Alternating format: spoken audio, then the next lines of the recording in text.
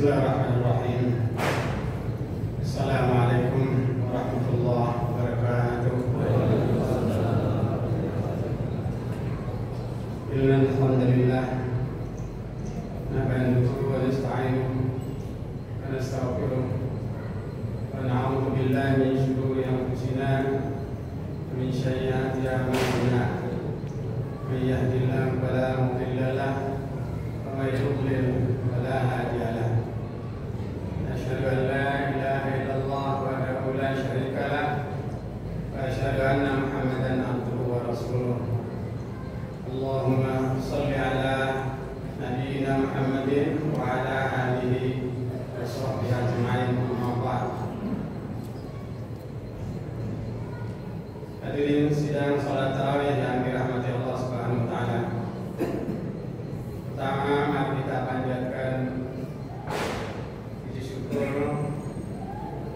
yang tak terhingga kepada Allah Subhanahu wa taala, di mana berbagai kenikmatan yang telah dilimpahkannya kepada kita semua, terutama nikmat iman, nikmat sehat walafiat, sehingga kita dapat hadir di tempat yang mulia ini guna melaksanakan kewajiban-kewajiban kita berupa sholat lima waktu berjamaah dan sholat tarawih berjamaah, yang insya Allah mungkin masih ada lagi, barangkali besok mungkin terakhir, dan sesudahnya Ramadan akan meninggalkan kita. Mudah-mudahan dengan berakhirnya Ramadan kita akan ditetapkan oleh Allah Subhanahu wa taala sebagai hamba-Nya yang bertakwa. Amin ya rabbal alamin. Sidang tarawih yang dirahmati Allah Subhanahu wa taala, sebagaimana yang diumumkan oleh MC tadi, saya ditugaskan untuk menyampaikan tentang zakat sebagai pembersih jiwa, di mana arti zakat itu sendiri adalah memang sebagai pembersih atau penyuci atau menumbuhkan, di mana zakat ini merupakan rukun Islam yang ketiga yang wajib dipenuhi oleh orang yang mengaku dirinya orang Islam, karena itu rukun Islam. Ya, tidak sempurna keislaman seseorang bila zakat tidak ditunaikan, karena Allah memerintahkan ya untuk mengeluarkan zakat. Dalam Al-Quran itu kurang lebih 80 ayat yang menyatakan Allah memerintahkan tentang sholat dan zakat. Allah memerintahkan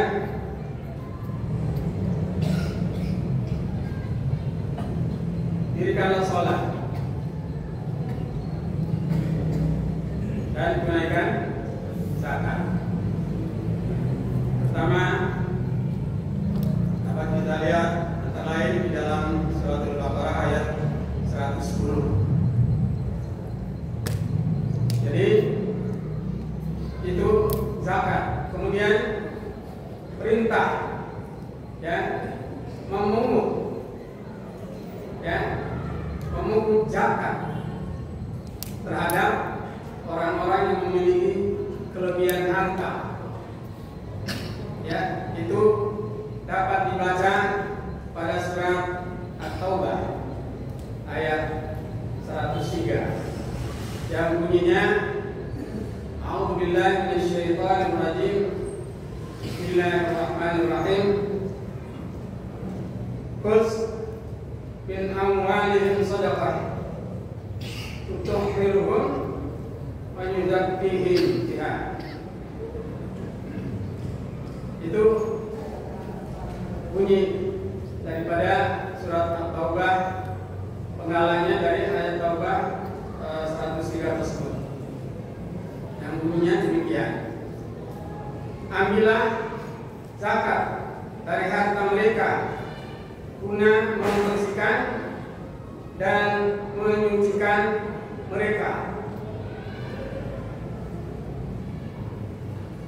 Nah ini, jadi membersihkan di sini, yang dibersihkannya itu adalah apa? Itu adalah harta yang dimilikinya. Harta yang dimaksud di sini adalah harta yang halal, yang dimilikinya, yang diperoleh dari usaha yang halal, bukan dari usaha yang tidak halal. Jadi usaha yang tidak halal itu tidak dapat dibersihkan dengan zakat. Jadi yang dibersihkan dengan zakat itu adalah harta yang diperoleh dengan jalan yang halal dan memenuhi syarat yang ditetapkan, di mana syaratnya dalam zakat mal itu minimal senilai emas 85 gram emas. Jadi yang dibersihkan di sini adalah harta yang dimilikinya, yang diperoleh dengan jalan yang cara yang halal. Kenapa? Apa belum bersih harta itu padahal diperoleh dengan cara yang halal? Belum. Kenapa? Karena di dalam harta yang kita peroleh, yang diberikan Allah Subhanahu wa taala itu masih ada hak orang lain. Masih ada hak orang lain. Hak siapa? Ya tentu saja di sini adalah hak fakir dan miskin. Berapa? Nilainya adalah 2,5% dari nilai harta ya yang disimpan. Jadi jangan harap, jangan menganggap harta yang diperoleh dengan cara yang tidak halal itu, ya, kemudian dia mengeluarkan istilahnya sedekah, zakat dan sebagainya dengan tujuan membersihkan itu tidak bisa, tidak dapat dibersihkan. Karena yang diperoleh dengan cara tidak halal itu tetap haram hukumnya bagi pemiliknya. Hadirin sidang tarawih yang dirahmati Allah Subhanahu wa taala. Kemudian juga mensucikan jiwa. Mensucikan jiwa manusia yang hubub dunia. Fakarahiyatul maut, cinta dunia. Cinta dunia itu apa? Cinta menumpukan harta tanpa memperhatikan orang-orang yang susah di sekitarnya. Nah ini harus disucikan jiwanya dari sifat pelit, bakhil, medit. Nah ini maksudnya daripada Allah memerintahkan kita menunaikan zakat tersebut. Adapun zakat tersebut ada yang disebut dengan zakat mal dan juga ada zakat fitrah yang pada hari ini mungkin besok terakhir harus ditunaikan oleh setiap jiwa untuk membersihkan jiwa dan untuk ya membersihkan mungkin di dalam menjalankan kita dalam menjalankan puasa ada kekurangan-kekurangan ya, kesalahan-kesalahan kita yang kita jalankan dalam berpuasa itu insyaallah ya dapat dibersihkan dengan zakat fitrah tersebut. Ya, itu tujuan daripada zakat fitrah. Jadi ini penting sekali bagi hamba Allah yang cinta dunia tadi, enggan ya mengeluarkan sebagian dari harta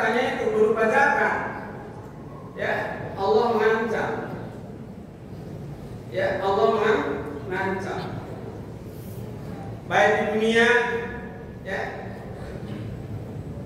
di dunia banyak yang orang yang kaya, ya, mengidap penyakit yang disebut dengan penyakit psikosomatik, penyakit jiwa, di mana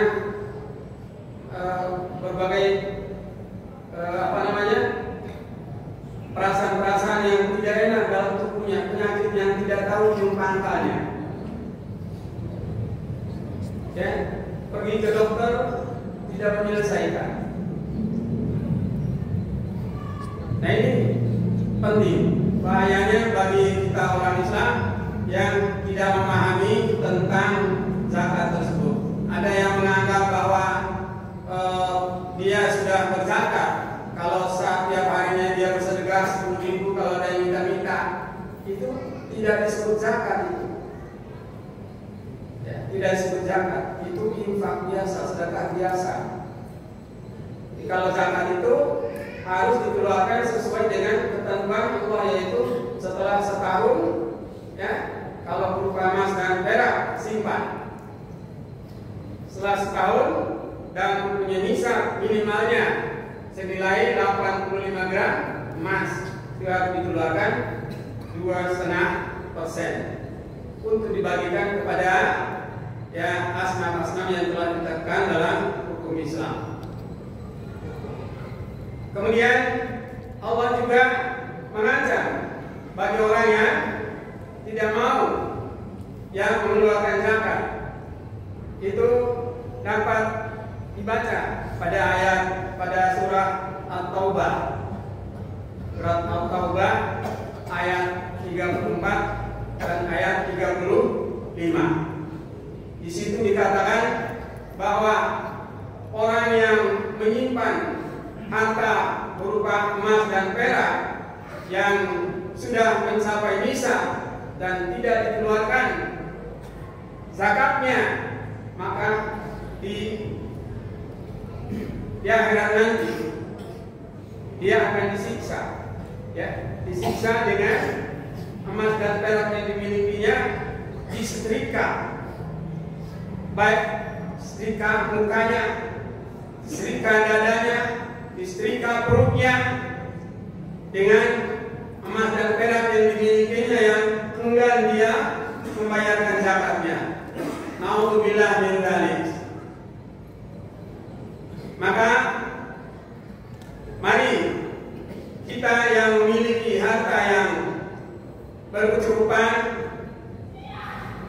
jangan enggan, jangan pelit, jangan menahan harta hak orang lain yang ada di dalam harta kita, agar kita terhindar dari siksaan Allah Subhanahu wa taala baik di dunia maupun di akhirat. Jamaah yang dirahmati Allah Subhanahu wa taala, mungkin itu yang bisa saya sampaikan sekarang sesuai dengan tema yang diberikan pada saya, yaitu tentang zakat sebagai pembersih jiwa. Mudah-mudahan pemilih harta yang lebih bersedekah sehingga tidak terkena oleh penyakit yang dinamakan penyakit psikosomatik atau penyakit jiwa, yang penyakitnya macam-macam yang tidak tahu asal usul pangkalnya. Ya, demikian. Subhanallahumma wa bihamdika, asyhadu an la ilaha illa anta, astaghfiruka wa atubu ilaik. Assalamualaikum warahmatullahi wabarakatuh.